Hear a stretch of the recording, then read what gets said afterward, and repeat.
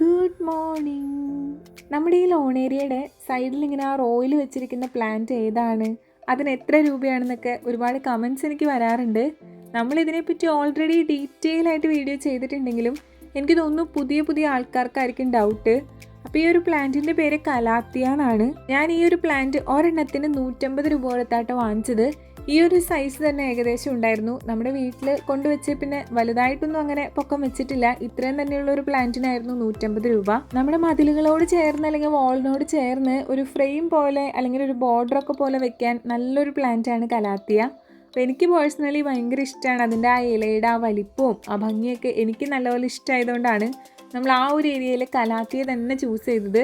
കലാത്തിയും ഹെലിക്കോണിയാണ് കേട്ടോ നമ്മുടെ അവിടുത്തെ ലോൺ ഏരിയയിൽ സെറ്റ് ചെയ്തത്. ഈ ലോണിൽ പിന്നെ നമ്മുടെ സ്വന്തം ലക്കി ബാമ്പു ആണ്. അത് നമ്മൾ വാങ്ങിയതല്ല, വീട്ടിൽ നിന്ന് തന്നെ പ്രൊപ്പഗേറ്റ് ചെയ്തെടുത്തതാണ്. അപ്പോൾ എല്ലാവർക്കും ഹാവ് എ നൈസ് ഡേ.